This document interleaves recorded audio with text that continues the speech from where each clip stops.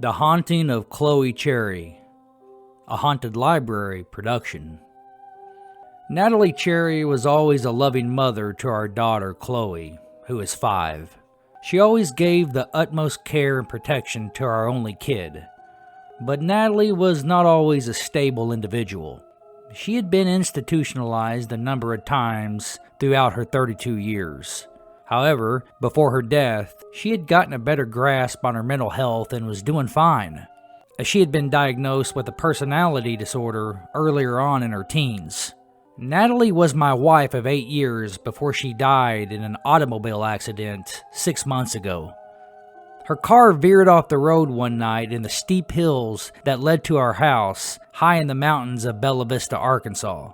I'm still not quite sure how she went astray from the road that night on her way home, but the police say it was an accident, and the skid marks that went off the road to the cliff proved it.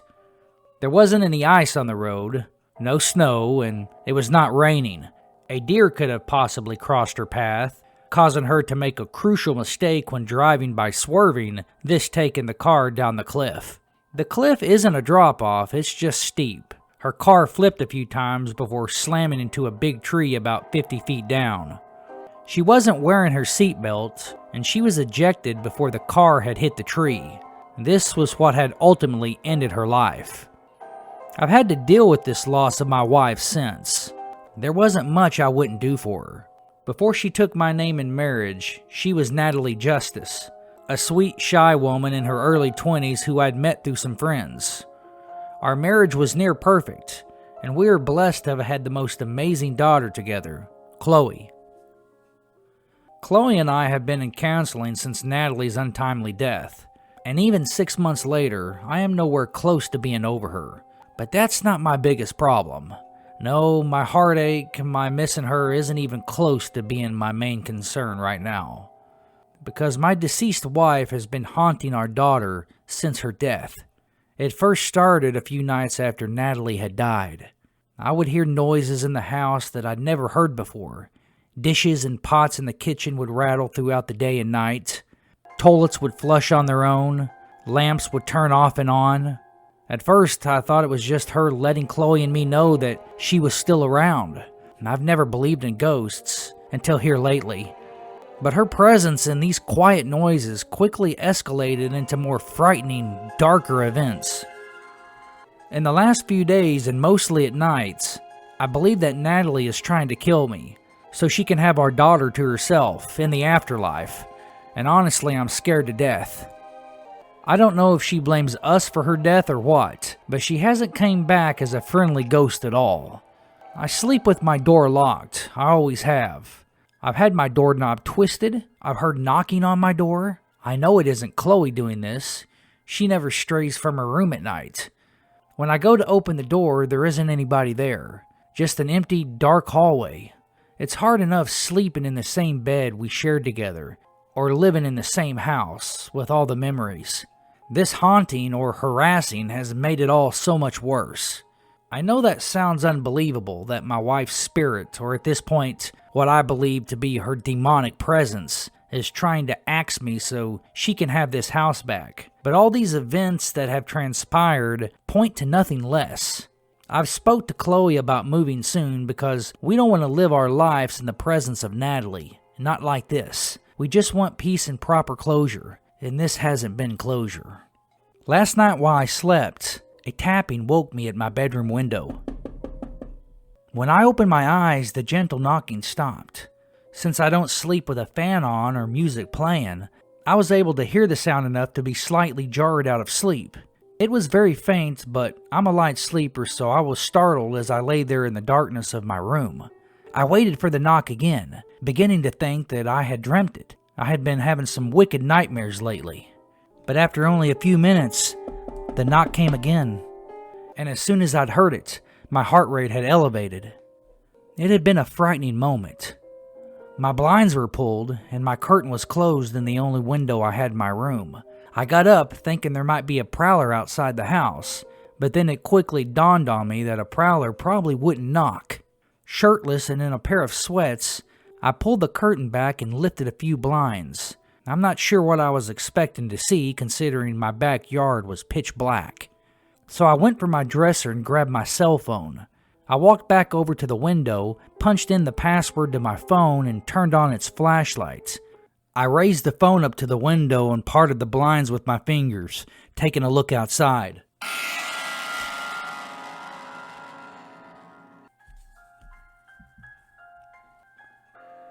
The eyes of my dead wife stared back at me, her face pressed against the window, her eyes hollow.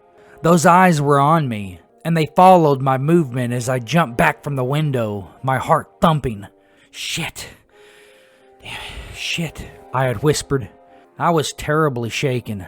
This had been the first time I had seen my wife since viewing her in the casket and seeing her the day she had left to go to work, the last day I had saw her alive. And she was definitely not the Natalie I knew. Her skin was pale, her eyes were lost, yet intense, and mostly black, though they somehow still appeared hollow. It was difficult to explain exactly how her eyes appeared, aside from just plain frightening.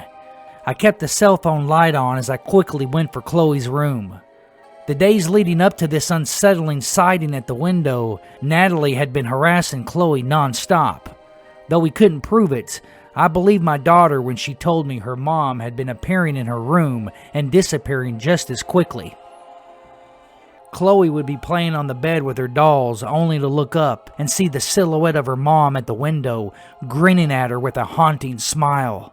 Chloe didn't know any better, but she knew enough to understand that Mommy wasn't supposed to be here anymore, that Mommy was buried in the cemetery and had had an accident. These sightings had begun to spook her. She would wake at night and begin to cry, telling me that her mom was standing by her bed, whispering to her, trying to get Chloe to follow her outside. Aside from hearing unexplainable noises in the house, I couldn't confirm this myself because I had yet to see anything until now, but I did believe that she was seeing something. So I gently opened her door and aimed my light to her bed, realizing she was missing. She was not in her bed. I immediately lost my shit right there in the dark of the room. Panicking and filled with rage, I went for the front door and raced around the side of the house, my love for Chloe far outweighing any fear I may have held for my wife's ghastly spirit. I went to the window where I'd seen Natalie's scary mug. Nobody was there. The backyard was empty. I twisted around, looking in every direction, yelling my daughter's name. Chloe! If you're out here, come to your father! Chloe! Chloe! I got no answer, but that's when the wind picked up out of nowhere, sending chills down my back. I knew it wasn't possible that Chloe could have gotten outside, so I had to believe that she had now been kidnapped. And by whom really terrified me. I ran back into the house and turned on all the lights, searching every room or any place that she may be hiding. It was 3:30 a.m. When I finished the search and still couldn't locate her, I became even more angered, fearing the worst. I knew that nobody had broken in the house and kidnapped her from there.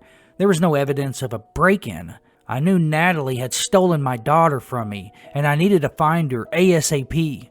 So instead of calling 911, I dressed and ran around the house again, frantically searching the nearby woods beyond our backyard. That's when I heard Chloe's voice, but it was coming as a whisper, and it didn't really sound like my daughter.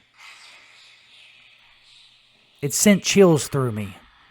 I couldn't understand what she was saying, but she sounded like she was in distress, and her whispers were coming from the woods. I immediately made a wild dash into the tree line. It didn't take long to realize that my cell phone flashlight wasn't going to cut it, but since her whispers were growing closer, I decided to keep going. I wasn't about to leave her in the woods now to go back and get a better light.